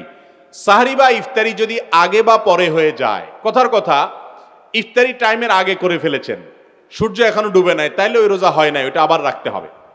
আবার সাহরিটা যদি পরে হয়ে যায়, ফর এক্সাম্পল ফজরের ওয়াক্ত হয়ে গেছে, 5টা এত মিনিটে হয়, আপনি জানতেন না যে এত মিনিটে সাহরির সময় শেষ হয়, এই জন্য আরো 10 মিনিট পরে আপনি খেয়ে ফেলেছেন, তাহলে ওই রোজা হবে না। ওই রোজাটা আপনাকে আবার রাখতে হবে। অনিচ্ছাকৃত হয়ে থাকলে আল্লাহর কাছে মাফের জন্য গুনাহ হবে না, কিন্তু রোজাটা আপনাকে আবার রেখে দিতে হবে। এই জন্য সাহরি এবং ইফতারি টাইমলি করার চেষ্টা করতে হবে। তবে এর মানে এটা না যে ইফতারি আবার দেরি করে করবেন, ওয়াক্ত হয়ে গেছে নিশ্চিত, আর দেরি করবেন না। হাদিসে আসছে, এই উম্মত ততদিন পর্যন্ত কল্যাণের মধ্যে থাকবে যতদিন পর্যন্ত তারা ইফতার তাড়াতাড়ি করবে আর সাহরি দেরি করবে। ইফতার তাড়াতাড়ি মানে বিকেল আসরের পরে না, আর সাহরি দেরি করা মানে ফজরের পরে না। আমরা ছোটবেলায় শুনতাম, মুরব্বীরা অনেক সময় বলতো যে পশম দেখা যাওয়ার আগ পর্যন্ত খাওয়া যায়, তো এই জন্য অনেকে দরজা জানালা আটকায় নিত যাতে বাইরের আলো না আসে এবং বেশি সময় ধরে খাওয়া যায়। তো মূলত এটা সঠিক নয়। সঠিক হলো ফজরের ওয়াক্ত যখন হয় তারপর থেকে আপনি কি করবেন না, তারপর থেকে আপনি আর খাবেন না, তার আগে খানা শেষ করবেন। মুরগির দোকানে একটি ছুরি দিয়ে শত শত মুরগি জবে করে, যে ছুরিতে প্রবাহিত রক্ত লেগে থাকে, এই অবস্থায় সেই জবেকৃত মুরগি খাওয়া যাবে কিনা? একটা মুরগি জবে করা হয়েছে ছুরি দিয়ে, এই প্রবাহিত রক্তটা নাপাক। পয়েন্টটা গুরুত্বপূর্ণ। এই রক্ত যেটা রগ থেকে বের হয় এটাকে প্রবাহিত রক্ত, প্রবাহমান রক্ত বলে। স্পিডি যেটা বের হয়, এই প্রবাহমান রক্তটা নাপাক। অতএব ছুরিতে যে লেগে গেছে, ছুরি কিন্তু নাপাক হয়েছে। এখন প্রশ্ন হলো, এই ছুরিটা দিয়ে যদি আরেকটা মুরগি জবে করা হয়, সে মুরগি হালাল হবে কিনা? উত্তর হলো হালাল হবে। কেন হালাল হবে? কারণ ওই মুরগিটা থেকে আবার যে রক্তগুলো বাইর হবে সেগুলোও কি ওই প্রবাহমান রক্তটা কি নাপাক। গোশতের সাথে যে রক্তটা লেগে থাকে ওইটা কিন্তু নাপাক না, ভুল বুঝবেন না। যেমন আপনি বাজার থেকে গরুর গোশত কিনে এনেছেন, আপনি যদি 5-12 ধোন 10-12 ধোন তারপরেও দেখবেন পানির মধ্যে লালচে ভাব আছে, আছে কি নাই? ওই রক্ত নাপাক না, গোশতের সাথে যেটা লেগে, এটা প্রবাহমান রক্ত না। কিন্তু যেটা প্রবাহমান রক্ত দমে সাইল বলা হয় ফিকহের কিতাবের ভাষায়, সেটা নাপাক। অতএব একটা মুরগি জবে করার ফলে যে রক্তটা লেগে গেছে ওই ছুরি দিয়ে আরেকটা মুরগি আপনি জবে করেন, কোনো অসুবিধা নেই। জবে বিশুদ্ধ হওয়ার জন্য শর্ত হলো রগগুলা ঠিকমতো কাটা গেল কিনা সেটা। রগ যদি ঠিকমতো লাগা যায় তাহলে আর কোনো অসুবিধা নাই। অতএব আপনার খেয়াল রাখতে হবে যে এই ছুরির কারণে কোনো অসুবিধা হবে না, আপনার হয়ে যাবে, তবে জবাই হয়ে যাবে। তবে মুশকিল হলো একটা ছুরি দিয়ে কোরবানির সময় আপনারা দেখেন হুজুররা যারা জবাই করে বা আপনারা অনেকে জবাই করেন, একই ছুরি দিয়ে অনেক গরু জবাই করেন, এটা উচিত না। কেন উচিত না? কারণ হলো বিশেষ করে রক্ত লেগে যাওয়ার ফলে যেটা হয়, যেটা স্লিপ করে এবং ধোতা হয়ে যায়, পশুর কষ্ট হয়। নবী করিম সাল্লাল্লাহু আলাইহি সাল্লাম বলেছেন তোমরা পশু জবে করলে বিনা প্রয়োজনে সেটাকে কষ্ট দিবে না, ভালো করে ছুরি ধার দিয়ে নেবে, মুসলিমের হাদিস। এই জন্য রক্ত লেগে গেলে এটা ধুয়ে ফেলেন, পরিষ্কার করেন, আবার একটু ধার দেন, তারপরে জবে করেন। বাকি এই নাপাক রক্ত লাগার কারণে যে পরের মুরগি হারাম হবে এমন কোনো কথা নাই, কারণ ওখানেও আবার ওই নাপাক রক্তই লাগতেছে। তবে ধুয়ে এবং পরিষ্কার করে নেওয়া উত্তম। মাজারে গিয়ে কিছু চাওয়ার শরীর বিধান কি? ভাই আমরা সব কিছু চাইবো কার কাছে? নামাজের মধ্যে সূরা ফাতিহাতে আমরা বলি ইয়্যাকা না'বুদু ওয়া ইয়্যাকা নাস্তাঈন, আল্লাহ আপনারই ইবাদত করি আর সাহায্য কার কাছে চাই? মাজারে। আল্লাহ আপনার ইবাদত করি আর মাজারে গিয়ে সাহায্য চাই, এই কথা বলছি? বলি আল্লাহ আপনার ইবাদত করি আর সাহায্য কার কাছে চাই? আপনার কাছে একমাত্র সাহায্য চাই। ইয়্যাকা নাস্তাঈনের অর্থ আপনার কাছে সাহায্য চাই না। ইয়্যাকা নাস্তাঈনের অর্থ হলো শুধুমাত্র কেবল আপনার কাছেই সাহায্য চাই। তাহলে কোনো মাজারে গিয়ে কোনো সাহায্য চাওয়া যাবে? মাজারওয়ালার কোনো কিছু দেওয়ার কোনো ক্ষমতা, সব ক্ষমতা আল্লাহ তাআলার হাতে। মাজারে যিনি শায়িত আছেন তিনি নিজেও কার কাছে চাইতেন? আল্লাহর কাছে চাইতেন। অতএব আপনি কার কাছে চাইবেন? আমাদের অনেক ভাইরা আছেন ব্যবসা বাণিজ্যের উন্নতি হয় না, চাকরি টিকে না, সন্তান হয় না, তো উনি মাজারে চলে যান, আছে না নাই? ওই মাজারওয়ালার কোনো পাওয়ার নাই, ওই মাজারওয়ালা নিজেও আল্লাহর কাছে চাইতেন। আল্লাহ বলেছেন উদউনি, তোমরা আমার কাছে দোয়া করো, আস্তাজিব লাকুম, আমি দোয়া কবুল করব। যেখানে আল্লাহ স্বয়ং দোয়া কবুল করেন, ওয়াদা করেছেন, সেখানে আপনি মাজারওয়ালার কাছে চাওয়া জায়েজ নাই। যদি কেউ মাজারওয়ালার কাছে চায় এবং প্রার্থনা করে এবং তাকে আল্লাহ রাব্বুল আলামিন যেরকম যা খুশি তা যা দিতে পারেন সেই ব্যক্তি এরকম দেওয়ার ক্ষমতা রাখেন, এই বিশ্বাস রেখে তার কাছে মাজারে গিয়ে আমরা আল্লাহর কাছে দোয়া করি, আল্লাহর কাছে দোয়া করি, মাজার আল্লাহর কাছে না। তাহলে আমার প্রশ্ন হলো মাজারে গিয়ে কেন? আল্লাহর কাছে দোয়া তো আপনি এখানে বসে করলেও হবে, আপনার বাসায় করলেও হবে। কিছু জায়গা আছে দোয়া কবুলের জায়গা, যেমন আরাফাতের ময়দান, যেমন তোয়াফ করতে করতে দোয়া কবুল হয়, সাফা পাহাড়ের উপর দোয়া কবুল হয়, মারওয়া পাহাড়ের উপর দোয়া কবুল হয়। দোয়া কবুলে কিছু জায়গা আছে, কিন্তু মাজার বা যে কোনো কবরস্থানে গিয়ে দোয়া করলে দোয়া কবুল হয় এমন কোন কথা কোন হাদিসে বর্ণিত হয়? অতএব মাজারে গিয়ে কেন দোয়া করবেন? হ্যাঁ, মাজারে যাবেন, কবর, মাজার মানে কবর, কবরে যাবেন কবরবাসীকে সালাম দেওয়ার জন্য, সেখানে বরং তাদের কাছে তাদের শান্তি দোয়া করে আসবেন, তাদের কাছে কিছু চাওয়ার বিষয় নাই। যারা মাজারে চান তাদের ঈমান হারা হওয়া পর্যন্ত ভয় আছে। আল্লাহ তাআলা আমাদেরকে বেঁচে থাকার তৌফিক দান করুন। এরপরে প্রশ্ন হলো বিধর্মীকে তরজমাতুল কোরআন হাদিয়া দেওয়া যাবে কিনা? অবশ্যই দেওয়া যাবে। ভিন্ন ধর্মের মানুষদেরকে কোরআনের অনুবাদ দিতে পারেন। আপনি বলবেন তারা তো ওযু ছাড়া ধরবে, কোনো অসুবিধা নাই, কারণ ওযু ছাড়া কোরআন ধরবেন না এই নির্দেশ তো মুসলমানের জন্য। শরীয়তের সকল নির্দেশ কার জন্য? মুসলমানের জন্য। যে ব্যক্তি মুসলমানই না তার জন্য শরীয়তের কোনো নির্দেশ না। বিধায় একজন অমুসলমানকে কোরআন আপনি দিতে পারেন অনুবাদ, তিনি পড়ে আল্লাহর কালাম সম্পর্কে জানতে পারেন। এরপরে প্রশ্ন হলো আবহাওয়ার পূর্বাভাসের ব্যাপারে আকীদা কি হবে? অনেকে মনে করেন আবহাওয়ার পূর্বাভাস বিশ্বাস করলে ঈমান থাকবে না। এটা মূর্খতা সুলভ কথা, এটা অজ্ঞতা সুলভ কথা। আবহাওয়ার পূর্বাভাস বিষয়টা কি? বিষয়টা হলো আবহাওয়াবিদরা বিভিন্ন পরিস্থিতি দূর থেকে তারা পর্যবেক্ষণ করতে পারেন, করার পর তারা বলেন যে এই জিনিসটা হওয়ার সম্ভাবনা আছে, তাও তারা নিশ্চিত দেন না, বলেন যে সম্ভাবনা আছে। যেমন কথার কথা, আপনি একটা কিছু দেখে আলামত করলেন, একজনের জুতার আওয়াজ আপনার মুখস্থ হয়ে গেছে, সে এইভাবে হাঁটে, তার আওয়াজ শুনে বুঝলেন যে অমুক আসছে, সম্ভাবনা আছে, আপনি বললেন অমুক হওয়ার সম্ভাবনা আছে। এটা যেরকম কোনো গুনাহের বিষয় না, আবহাওয়ার সংবাদ বিশ্বাস করলেও কোনো ঈমান যাওয়ার কারণ নাই, কারণ সেটা তারা যা দেখেন দূর থেকে সেটার আলোকে তারা সম্ভাবনার কথা বলেন, বিধায় এটা মনে করলে কোনো অসুবিধা নেই। এরপরে প্রশ্ন হলো আমি একজন সাধারণ মুসল্লি, আমাদের এলাকাতে বিরাট এক সমস্যা, তা হলো মসজিদের ইমাম কাম মুয়াজ্জিন তাদের বেতন ভাতা ও কাজ কাম নিয়ে, এমনকি কিছু মানুষ তাদের শুধু দোষ খোঁজে। এসব নিয়ে দয়া করে কিছু উপদেশ দেন। ভাই দেখুন, ইমাম মুয়াজ্জিনদেরকে খোঁচাখুচি করা এটা খুব মজার একটা কাজ। মানে আল্লাহর জমিনে কিছু লোক আছে, এই লোকগুলোর সবচেয়ে টেস্টি আইটেম হলো ইমাম মুয়াজ্জিন সাহেবের খোঁচানো।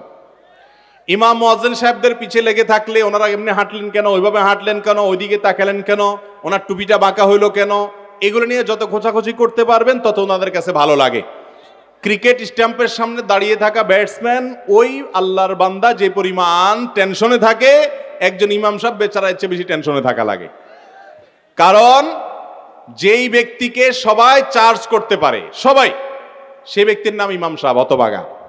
যে মসজিদের একেবারে সভাপতি সাহেব, মুতাওয়াল্লি সাহেব থেকে নিয়ে শুরু করে সাধারণ মুসল্লি সাহেব পর্যন্ত সবাই চার্জ করতে পারে যাকে, তার নাম কি? ইমাম সাহেব। ভাইরে, আমি প্রায় বলি, আপনার ইমামকে যদি আপনি আপনার চাকরের মতো ট্রিট করেন, তাহলে মনে রাখেন চাকরের পিছনে নামাজ নয়, নামাজ হবে ইমামের পিছনে, নেতার পিছনে। আপনার নামাজ আবার সংশোধন করা উচিত, এগুলো হওয়া উচিত নয়। ভাইরা আমার, ইমামদের সম্মান দিতে হবে, আবার ইমামরা সম্মান নিতে জানতেও হবে। ইমাম নিজে যদি পয়সার খাক্কর হয়, তাহলে সে সম্মান কোত্থেকে পাবে? ইমামকেও আত্মসম্মান বোধ সম্পন্ন হতে হবে, আর এলাকাবাসী ইমাম সাহেবকে সম্মান করতে হবে। একটা কথা আমি বলি প্রায় সময়, মসজিদে যারা দান করেন, তারা দানটা কাকে করেন? মসজিদের দানটা কাকে করেন? আল্লাহকে না করেন? তাহলে এই টাকার মালিক কে? আল্লাহ। মসজিদ কমিটির সভাপতি, সেক্রেটারি, ওনারা কি মসজিদ ফান্ডের মালিক? এই মালিক আল্লাহ তাআলা, কারণ সবাই আল্লাহকে দিয়ে দিয়েছেন। ওনারা শুধুমাত্র আল্লাহর তরফ থেকে সেটা ডিস্ট্রিবিউশন করছেন, দেখভালটা করছেন, ওনারা আল্লাহর ঘরের সেবক। অতএব ইমাম বা মুয়াজ্জিন ওনারা কারোর কোনো চাকর না, তারা সরাসরি আল্লাহর ঘরের চাকর। তারা কমিটি বলেন, মুতাওয়াল্লি সাহেব বলেন, অন্য কারোর চাকর না। যদি তাদেরকে চাকরের মতো ট্রিট করেন, তাহলে সেক্ষেত্রে গুনাহগার হতে হবে। মসজিদের খেদমত করতে এসে উল্টা আরো গুনাহগার হওয়ার ভয় আছে। আল্লাহ তাআলা আমাদেরকে বুঝার তৌফিক দান করুন। ইমাম সাহেবদের সাথে এরকম আচরণ আমাদের জন্য করা জায়েজ নয়।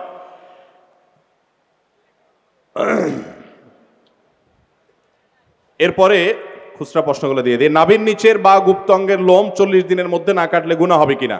জি ভাই, 40 দিনের মধ্যে কাটা উচিত। 40 দিনের বেশি যদি হয়, তাহলে সেক্ষেত্রে হাদিসে আছে এটা নিষিদ্ধ এবং নাজায়েজ কাজ। বিনা ওজরে এরকম হওয়া উচিত নয়। কখনো ওজর বশত হয়ে গেল ভিন্ন কথা, 40 দিনের মধ্যে অবশ্যই একবার কাটা উচিত এবং কর্তব্য। এরপরে প্রশ্ন হলো, গোসলখানার ভেতর বিবস্ত্র হয়ে গোসল করলে গুনাহ হবে কিনা? যদি বিবস্ত্র হয়ে কেউ গোসল করে, গোসল হয়ে যাবে, কিন্তু বিবস্ত্র হওয়ার কারণে একটা গুনাহের কাজ হবে, গুনাহের কাজটা করা উচিত না। গুনাহটা বড় কোনো কবিরা গুনাহ হবে না, কিন্তু সগীরা গুনাহ হবে। এবং হাদিসে আসছে, নবী করিম সাল্লাল্লাহু আলাইহি ওয়াসাল্লাম বলেছেন, কেউ নাই বুঝলাম, কিন্তু আল্লাহ তাকে দেখছেন, এই কারণে আল্লাহর প্রতি তার লজ্জাবোধ থাকা উচিত। এই জন্য একেবারে বিবস্ত্র হওয়া উচিত নয়। যদিও বিবস্ত্র হয়ে গোসল করলে গোসল হয়ে যাবে, উচিত অন্তত একটা গামছা, তোয়ালে কিছু একটা যেন পরনে থাকে। হাফ প্যান্ট পরে ফরজ গোসল করলে ফরজ গোসল হবে কিনা, বা ওই ফরজ গোসল নামাজ হবে কিনা, নামাজ চলবে কিনা? হবে, কোনো অসুবিধা নেই। একটু আগেই বললাম যে আপনি যে কোনো কিছু দিয়ে আপনার লজ্জাস্থান ঢেকে আপনি গোসল করে ফেললেন, তাতে আপনার গোসল হয়ে যাবে, তবে হাফ প্যান্ট পরলে হবে, কোনো অসুবিধা নেই।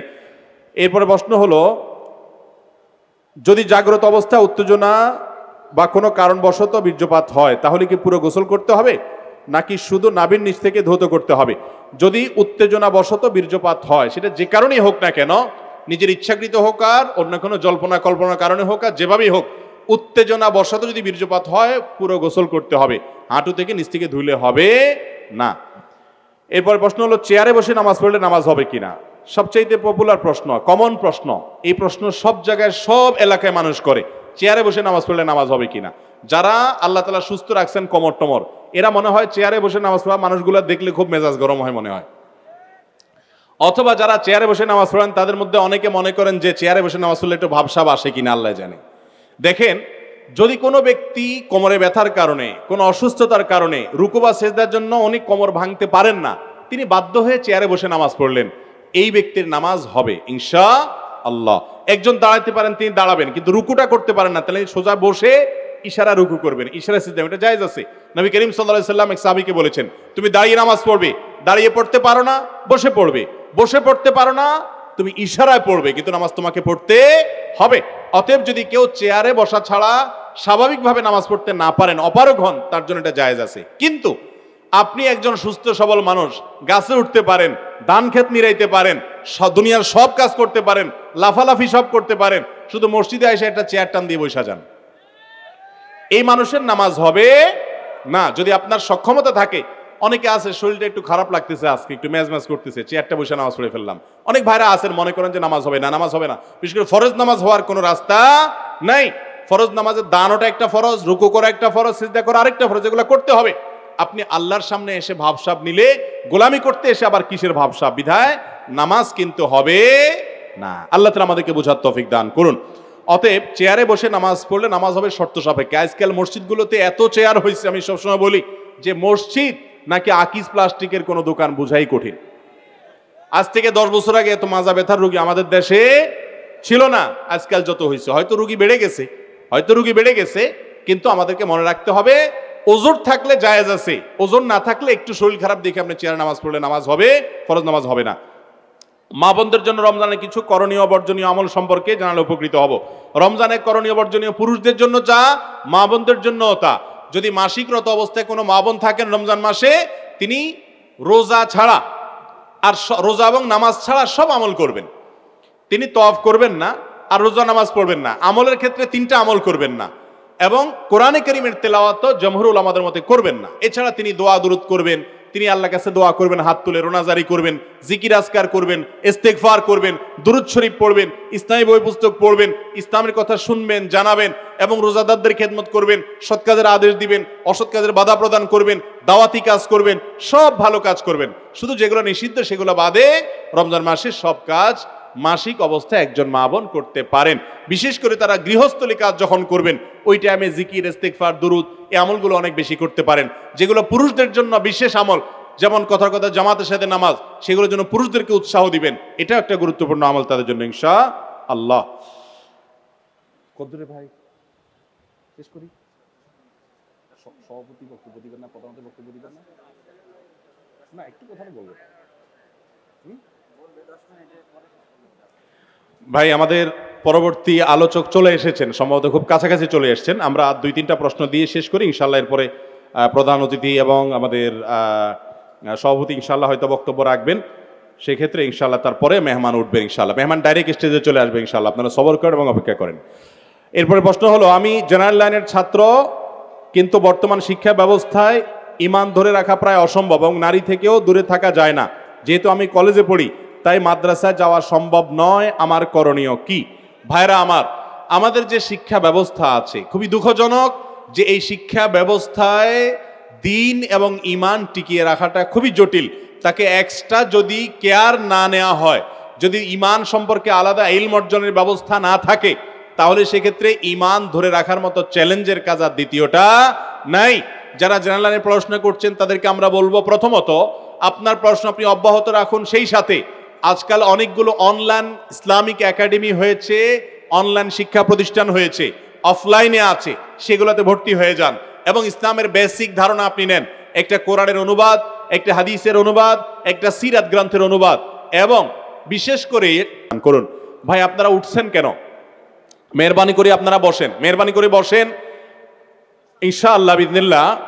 এরপরে আলোচক নিশ্চয়ই সংক্ষেপে আলোচনা করবেন, কিন্তু মজলিসের শেষ পর্যন্ত থাকলে, মজলিসের শেষ পর্যন্ত বসলে, মজলিস থেকে যাওয়ার আগে আল্লাহর ফেরেশতা দোয়া করে যে তোমাদের সবাইকে ক্ষমা করা হলো। আপনারা দোয়া নিয়ে যেতে চান না ইনশাআল্লাহ? এত ঘন্টা বসেছেন, আর অল্প সময়ের জন্য যদি আপনারা না বসেন, তাহলে সেক্ষেত্রে এই দোয়া থেকে বঞ্চিত হবেন। একদম শেষ পর্যন্ত যারা থাকে, আপনি শুনেন বা না শুনেন, হাদিসে এমনও আসছে কেউ মনোযোগ দিয়ে শুনে নাই, ফেরেশতারা বলে কেউ যে এই লোকটা তো মনোযোগ দিয়ে শুনে নাই, তার সম্পর্কে আল্লাহর ওই ঘোষক ফেরেশতা ঘোষণা দেন, তাকেও এই মজলিসে কোরআন এবং জিকিরের মজলিসে বসার কারণে তার সমস্ত গুনাহ মাফ করে দেওয়া হয়েছে। আমরা চাই না সেটা ইনশাআল্লাহ? তাহলে একটু সবর করে বসেন, মেহরবানি করে, মজলিসের সৌন্দর্য নষ্ট করবেন না, একটু সবর করে বসেন। জি, এরপরে প্রশ্ন, রোজা রেখে সারাটা দিন রাসূল আকরাম সাল্লাল্লাহু আলাইহি সাল্লাম কিভাবে কাটাতেন? ভাই রোজা রেখে নবী করিম সাল্লাল্লাহু আলাইহি সাল্লাম অনেক সাধারণ আমলগুলোর পাশাপাশি নফল আমল করতেন। যেমন কোরআনে কারীমের তেলাওয়াতে তিনি সময় দিতেন প্রচুর রমজানে। রমজান মাসে রোজা রেখে তিনি অন্যান্য কাজের পাশাপাশি দানশীলতা তার অনেক হতো, প্রচুর পরিমাণ দান করতেন রমজান রোজার মাসে। আর দিনের বেলা রোজা রেখে রোজা অবস্থা বিশেষ করে দোয়া করাটা হাদিস দ্বারা প্রমাণিত, দোয়া বেশি বেশি করা আল্লাহর কাছে এবং মেসওয়াক বেশি বেশি করা, এগুলো নবী করিম সাল্লাল্লাহু আলাইহি ওয়াসাল্লামের হাদিস থেকে প্রমাণিত। এরপরে রোজা রেখে 4-5 দিন খতম দেওয়া উত্তম নাকি অর্থসহ একবার দেওয়া উত্তম একটু জানাবেন। সন্দেহাতীত ভাবে গোটা রমজানে কোরআন শুরু থেকে শেষ পর্যন্ত 4-5 বার পড়ে খতম দিলে যে পরিমাণ লাভ হবে আপনার, গোটা কোরআন যদি একবার আপনি বুঝে জেনে অর্থ ব্যাখ্যা জেনে আপনি একবার পুরোটা পড়তে পারেন, সন্দেহাতীত ভাবে ওই 4-5 খতমের চাইতে অনেক বেশি উপকার হবে, এতে কোনো সন্দেহ নাই।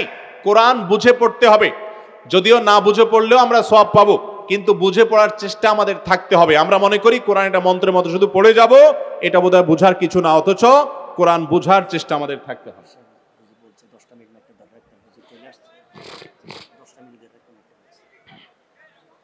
জি ভাই, ক্যামেরাম্যান ভাইরা আপনারা ডিস্টার্ব করছেন কেন ভাই? ওনাদের সাথে কি একটু ঝামেলা করব কিছুটা? বুঝেন নাই? ক্যামেরাম্যানদেরকে বাইর করে দিব এখান থেকে, কি বলেন? দেখছেন সবাই আপনাদের বিরুদ্ধে একমত, খেয়াল করছেন? দেখছেন দর্শক কিন্তু খেপা আছে ভাই। এখন আপনারা বসবেন না পাবলিক খেপাই দেবো আরো? বসে যান, মজা করলাম, বসে যান, মেহরবানি করে বসে যান ভাই। ভাই মিডিয়ার ভাইদের মাধ্যমে সারা দুনিয়াতে মানুষ শুনবে ইনশাল্লাহ আলোচনাগুলো, বিধায় তাদের আমরা সহায়তা করতে হবে। কিন্তু আবার এটাও ঠিক, উল্টাপাল্টা থাম্বনেল লাগায়, উল্টাপাল্টা শিরোনাম লাগায় ওনারা অনেকে উল্টাপাল্টা করেন, সবাই না অনেকে করেন। এই কাজগুলো করবেন না আল্লাহর রাস্তায়, সবাই দায়িত্বশীল হবেন। সামনে থেকে মাহফিল হলে মাহফিল কর্তৃপক্ষের সাথে বক্তার লিখিত চুক্তি হওয়া উচিত যে কোনো ইউটিউবার উল্টাপাল্টা থাম্বনেল দিলে যাতে সাথে সাথে স্ট্রাইক দেওয়া যায়। অতএব এই কাজগুলো আল্লাহর রাস্তায় করবেন না, আল্লাহর ভয় অন্তরের মধ্যে রাখবেন। ওয়াজ মাহফিল আপনারা তো এই এলাকার মানুষ, কাশিমপুরের মানুষ আজকের ওয়াজ মাহফিলটা শুনতেছেন, আর 2-4টা শুনছেন, কিন্তু ইউটিউবার ভাইরা যত ওয়াজ শুনছে জীবনে আপনারা চাইলে এত ওয়াজ শুনতে পারবেন না, ঠিক না বে ঠিক? কিন্তু এত ওয়াজ শোনার পরও অনেক ইউটিউবার আছে নামাজই পড়ে না, আছে না নাই? আমাকে অনেক মাহফিল কর্তৃপক্ষ বলছে হুজুর আপনার রেকর্ড করতে আসছে, এক ওয়াক্ত নামাজে পড়ে নাই, সকালে আসছে। তো ভাই আল্লাহ মাফ করুক, কিছু ডলার কামাবেন অ্যাডসেন্স করে আমি বুঝি, কিন্তু বাইরে গুরুজ একটাও মাটিতে পড়বে না। এর চাইতে কঠিন শাস্তি আর কিছু না, যে জেনে শুনে আপনি ইবাদত বন্দেগী থেকে বঞ্চিত থাকেন। বিধায় এই কাজটা করবেন না আল্লাহর রাস্তায়। আল্লাহ তাআলা তৌফিক দান করুন। আল্লাহ তাআলা আমাকে, আপনাকে, আমাদের ইউটিউবার ভাইদেরকে, আমাদের সবাইকে আল্লাহ তাআলা হেদায়েত দান করুন। তো আমরা তাদের উপরে না খেপি, আর আপনারা খেপায়েন না মানুষকে। একটু বসে যান ভাই, আপনারা ক্যাম করছেন কেন? বসেন বসেন, বসার জায়গা নাই? আহারে বেচারাদের বসার জায়গা না ভাই, আপনারা মাফ করে দেন, রাগ করেন না। আচ্ছা ভাই, এরপরে অনেকগুলো প্রশ্ন একটা কাগজে দেখতেছি। কয়েকদিন আমি হাসপাতালে ছিলাম, এই জন্য সালাত আদায় করতে পারি নাই, সালাতগুলো আদায় করার পদ্ধতি কি? কয়েক ওয়াক্ত নামাজ যদি আপনার ছুটে যায় ওগুলো আদায় করতে হবে। কিভাবে আদায় করবেন? সিরিয়াল বাই আদায় করবেন। কথার কথা, ফজরেরটা আগে পড়বেন, জোহরেরটা তারপরে পড়বেন, আসরেরটা তারপরে পড়বেন, এবং এভাবেও ওয়াক্ত একটা একটা করে পড়ে আপনাকে শেষ করতে হবে। আর তাহাজ্জুদের নামাজের পর বাংলায় দোয়া করা যাবে কিনা? দোয়া করা যাবে কিনা মানে দোয়ার জন্য আল্লাহর জমিনে যদি আপনি আমাকে প্রশ্ন করেন সবচেয়ে বেটার টাইম কোনটা দোয়ার জন্য, সবচেয়ে বেটার টাইম দোয়ার জন্য সবচেয়ে উপযুক্ত সময় হলো ভোর রাতের সময়টা, তাহাজ্জুদের সময়। আপনি তাহাজ্জুদের পর যদি আল্লাহর কাছে একটু দোয়া করেন মন খুলে, চোখের পানি ফেলে, এই দোয়া কবুল হওয়ার সম্ভাবনা এত বেশি যে শুধু আমার নয়, অনেক উলামায়ে কেরামের সারা জীবনের অভিজ্ঞতার নির্যাস হলো দোয়ার মাধ্যমে, বিশেষ করে ভোর রাতের দোয়ার মাধ্যমে অসম্ভব সম্ভব হয়, অসাধ্য সাধন হয়। দেয়ালে পিঠ থেকে গেছে, আপনি সেটা থেকে ফিরে আসতে চাচ্ছেন, সেই জায়গা থেকে রিটার্ন করতে চাচ্ছেন, আল্লাহর শপথ করে বলছি ভোর রাতের দোয়ার চাইতে, তাহাজ্জুদের ওয়াক্তের দোয়ার চাইতে কার্যকর কোনো সময় আর দ্বিতীয়টি। এজন্য ভোর রাতে দোয়া করার অভ্যাস করবেন। রমজান মাস আসছে, আমি সবসময় বলি ভাইরে, সারা বছর পারেন না ডিউটির জন্য ভোর রাতে ঘুমায় থাকেন, বুঝতে পারি, কিন্তু রমজানে তো সাহরি খাওয়ার জন্য উঠেন।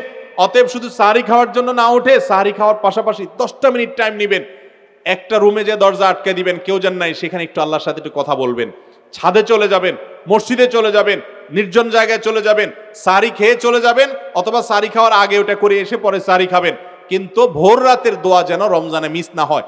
আমার খুব আফসোস লাগে ওই মানুষগুলোর প্রতি, খুবই আফসোস লাগে যারা রমজান মাসে ভোর রাতে সাহরি খেতে উঠছে, কিন্তু দোয়া করার যে এত বিশাল বড় সুযোগ আল্লাহ তাআলা দুনিয়ার আসমানে নেমে এসে আল্লাহ তাআলা বিশেষভাবে বান্দাকে ডেকে ডেকে বলেন, আলা মিন মুস্তাগফিরিন ফাগফির লাহ, তোমাদের মধ্যে কেউ আছে নিজের পাপের জন্য ক্ষমা চাইবে, আমি ক্ষমা করব। তোমাদের মধ্যে আছে কেউ যে বিপদগ্রস্ত, আমি বিপদ দূর করব। এরকম আল্লাহ তাআলা ডেকে ডেকে ক্ষমা করে থাকেন। অতএব ভাইরা আমার, ব্যক্তিগত জীবনে অনেক মানুষকে দেখেছি অনেক মানসিকতা শুনেছি যে তার জীবনে এমন সমস্যা হয়েছে, সমাধানের কোনো পথ তার সামনে খোলা নাই, ভোর রাতের দোয়াটা অনবরত করতে থেকেছে, আল্লাহ তাআলা অলৌকিকভাবে পথ খুলে দিয়েছেন। এই জন্য রমজান মাস আসছে, আমি আপনাদেরকে আবেদন করব, আমি আবারও বলছি, যে মানুষ সাহরি খেতে উঠে একটিবারের জন্য দোয়া করে না, তার চেয়ে কপাল পোড়া আর কেউ না যে শুধু সাহরি খেলো। ভাই সাহরিও খান, পাশাপাশি 2-4 মিনিটের জন্য হলে দোয়া করেন, করবেন না ইনশাআল্লাহ? আল্লাহ আমাদেরকে তৌফিক দান করুন। জানাজার নামাজে আমরা জুতা খুলে দাঁড়াই, এটা জরুরি কিনা কোরআন হাদিসের আলোকে জানতে চাই। জানাজার নামাজে যদি আমাদের যে পায়ে জুতা থাকে, জুতার নিচে যদি নাপাক থাকে, তাহলে সেক্ষেত্রে জুতা খুলে আমরা দাঁড়াবো। আর যদি নাপাক না থাকে, জুতার নিচে পাক থাকে, নাপাক কোনো কিছু দেখা না যায়, তাহলে জুতা পরেই আমরা জানাজা পড়বো, কোনো অসুবিধা নাই। জানাজার জন্য জুতা খোলাটা বাধ্যতামূলক মনে করাটা ভুল। আমরা অনেকে মনে করি যে জুতা খোলা ছাড়া কি হয় না, জানাজা হয় না। নবী করিম সাল্লাল্লাহু আলাইহি ওয়াসাল্লাম জুতা পরেও নামাজ পড়েছেন, যদিও জুতা পরে নামাজ পড়তে হলে এটা জুতাটা সফট, মুজার মতো হতে হয়, চামড়ার মতো হতে হয়, ওইরকম জুতা আজকাল নাই বললে চলে। কিন্তু জানাজাতে যেহেতু রুকু সেজদা নাই, আর যদি জুতার নিচে নাপাক না থাকে, সেই জুতা পরে আপনি নামাজ পড়তে পারবেন ইনশাআল্লাহ। এরপরে প্রশ্ন হলো, স্বামী স্ত্রীর জানাজা নামাজ পড়াতে পারবে, স্বামী স্ত্রীর জানাজা নামাজ পড়াতে পারবে কিনা? অবশ্যই পারবে, কোনো অসুবিধা নাই। তবে মনে রাখবেন, জানাজা পড়ানোর ক্ষেত্রে, জানাজার নামাজ পড়ানোর ক্ষেত্রে হকদার বেশি হলো লাশের অভিভাবক। কথার কথা, আপনি মারা গেলেন, আপনার বাবা বেঁচে আছেন, তিনি আপনার জানাজা পড়াবেন। আপনার বাবা মারা গেছেন, আপনি বেঁচে আছেন, আপনি জানাজা নামাজ পড়াবেন। এক্ষেত্রে অনেকে এলাকার ইমাম সাহেবকে অগ্রাধিকার দেয়। ভাইরা আমার, আপনার বাবার জন্য আপনার যে কাঁদা আসবে, আমার সে কাঁদা কখনো আসবে না, এটা বাস্তবতা। আপনার ভিতরে যে ফিলিংস আসবে, আমার ভিতরে সে ফিলিংস আসবে। এই জন্য সব সন্তানরা বাবার জানাজা, ভাইয়ের জানাজা নিজেদেরটা নিজেরা পড়ার চেষ্টা করেন। ইমাম সাহেব মুক্তাদি হবে এখানে, আপনি জীবনে অন্য কোনো ইমামতি করেন আর না করেন, নিজেরা আপনজনের জানাজার ইমামতি অবশ্যই করবেন। জানাজা নামাজে আমরা মনে করি কি জানি কি কঠিন কিছুই না ভাই, একেবারে সিম্পল। আপনি চাইলে 5 থেকে 10 মিনিটের ভিতরে শিখতে পারেন। আমি অনেক মানুষকে চিনি ব্যক্তিগতভাবে, যারা আগে কখনো জানাজা পড়েন নাই, তার মা মারা গেছেন, তিনি সন্তান, তিনি তার মায়ের জানাজার জন্য 10-15 মিনিটের ভিতরে জানাজা শিখে গেছেন, এরপর নামাজ পড়ছেন। নামাজের মধ্যে যদি আপনি ভুল হয়ে যায়, দোয়া পড়তে গিয়ে আবার চেষ্টা করবেন, ট্রাই করবেন, নামাজের কোনো অসুবিধা হবে, ব্যাপারটা এরকম নয়। অতএব নিজের আত্মীয় স্বজনের জানাজা নিজে পড়বেন, স্বামী তার স্ত্রীর জানাজা অবশ্যই পড়তে পারবেন, পড়াতে পারবেন, কোনো অসুবিধা নাই। এরপরে প্রশ্ন হলো, ঘরে বসে কবর জিয়ারত করা যায় কিনা মহিলাদের জন্য? করা গেলে এটার হুকুম কি? জিয়ারত মানে সাক্ষাৎ, জিয়ারত মানে কি ভাই? কবর জিয়ারত করা মানে কবরবাসীর সামনে যাওয়া। আমরা কবর জিয়ারত কেন করি?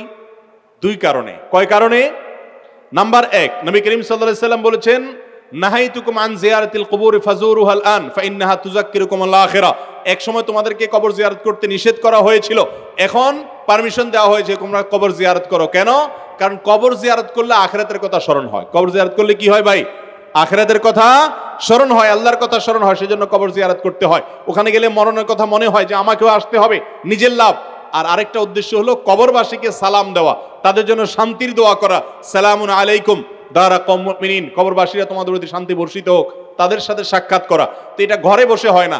মহিলারা ঘরে বসে দোয়া করতে পারেন মুর্দার জন্য, মুর্দার জন্য দোয়া করতে পারেন, অথবা কবরস্থানের ওয়ালের পাশ দিয়ে গেলেন তখনও তারা সালাম পেশ করতে পারেন। কবরস্থানে তারা গিয়ে জিয়ারত করবেন কিনা এটা নিয়ে ফুকাহাদের মধ্যে মতপার্থক্য আছে। হাদিসে আসছে লানাল্লাহু যাওয়ারাতিল কুবুর, এই হাদিসের ভিত্তিতে অনেক উলামায়ে কেরাম এটাকে মাকরুহ বলেছেন, অনেকে আর একটু কঠোরভাবে নিষেধ করেছেন, আবার অনেকে জায়েজও বলেছেন। তবে ঘরে বসে জিয়ারত করার কোনো সুযোগ নাই।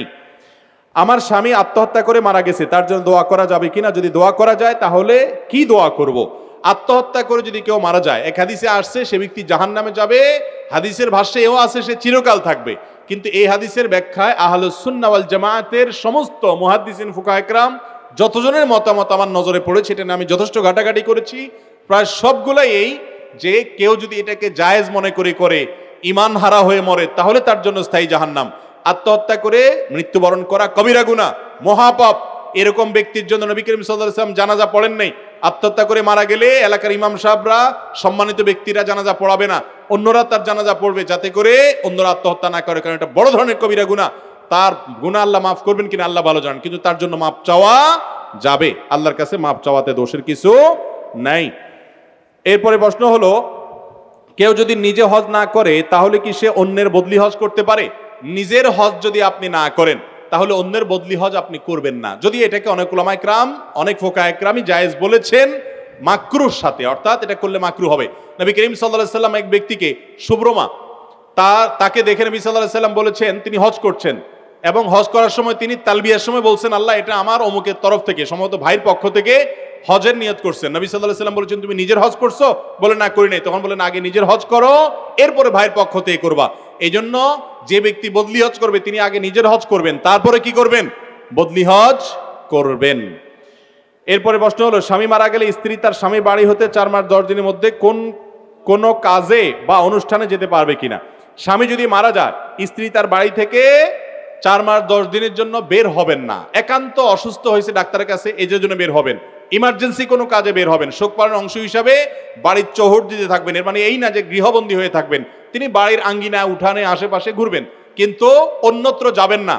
এবং সেই সাথে তিনি অতিরিক্ত সাজগোজ যেটাকে বলা সেটা করবেন না, স্বাভাবিক যেটা আছে সেটা করবেন। আর সুগন্ধি ব্যবহার, স্পেশালি সুগন্ধি ব্যবহার করা, এগুলো থেকে বিরত থাকবেন। অলংকার ব্যবহার করবেন না এবং বিবাহ বন্ধনে আবদ্ধ হবেন না 4 মাস 10 দিন। এটা হলো স্বামী মারা গেলে স্ত্রীর জন্য ইদ্যত পালনের অংশ হিসাবে এই কাজগুলো তাকে করতে হবে। আমরা রমজান মাসে রোজা রাখি, কিন্তু ব্যস্ততার কারণে ঠিকমতো নামাজ পড়তে পারি না। বিষয়টা আসলে ঠিক কিনা? রমজান মাসে একজন রোজা রাখছে কিন্তু সময়ের অভাবে নামাজ পড়তে পারে নাই। এই লোকটার উপমা হলো ওই লোকের মতো, যে লোকের পরনে লুঙ্গি আছে, মাথায় পাগড়ি নেই, সেজন্য সে লুঙ্গিটা খুলে পাগড়ি বেঁধে ফেলছে। লুঙ্গিটা খুলে পাগড়ি কেন বাঁধছে? পাগড়ি বাঁধলে সে মনে করে সব হবে, এই জন্য সে পাগড়ি বাঁধছে, বুঝলাম। কিন্তু তার জন্য লুঙ্গিটা বেশি জরুরি না পাগড়িটা জরুরি বেশি? লুঙ্গি বেশি জরুরি না? তো নামাজ বেশি জরুরি না রোজা বেশি জরুরি? তার মানে আবার এটা বুঝেন না যে তাহলে নামাজ পড়বেন রোজা রাখবেন না। রোজাও রাখবেন, নামাজও পড়বেন, কিন্তু যদি আপনি রোজার কারণে নামাজ পড়তে না পারেন, তাহলে আপনার রোজা রাখার পদ্ধতিই সঠিক না। রোজার সাথে নামাজের কি সম্পর্ক? বরং রোজা রাখার কারণে দুপুরে খাবার নাই, সকালের নাস্তা নাই, টাইম তো আরো বাইচে গেছে, নামাজ তো আরো বেশি করার পড়া দরকার 2-4 রাকাত, ঠিক না? ঠিক। অতএব এটা একেবারে মোটা দাগে ভুল। আল্লাহ তাআলা আমাদেরকে বুঝার তৌফিক দান করুন। এরপরে প্রশ্ন হলো, তালিবুল ইলম হাফেজ যদি সে দাড়ি ছাটে, তাহলে তার পিছনে তারাবি নামাজ পড়া যাবে কিনা? ইমাম সাহেব যদি দাড়ি চাটেন, তাহলে এরকম ইমাম সাহেব ফাসিক, প্রকাশ্য ফাসিক, এরকম ব্যক্তিকে ইমাম হিসাবে নিয়োগ দেওয়া উচিত না, মাকরুহ।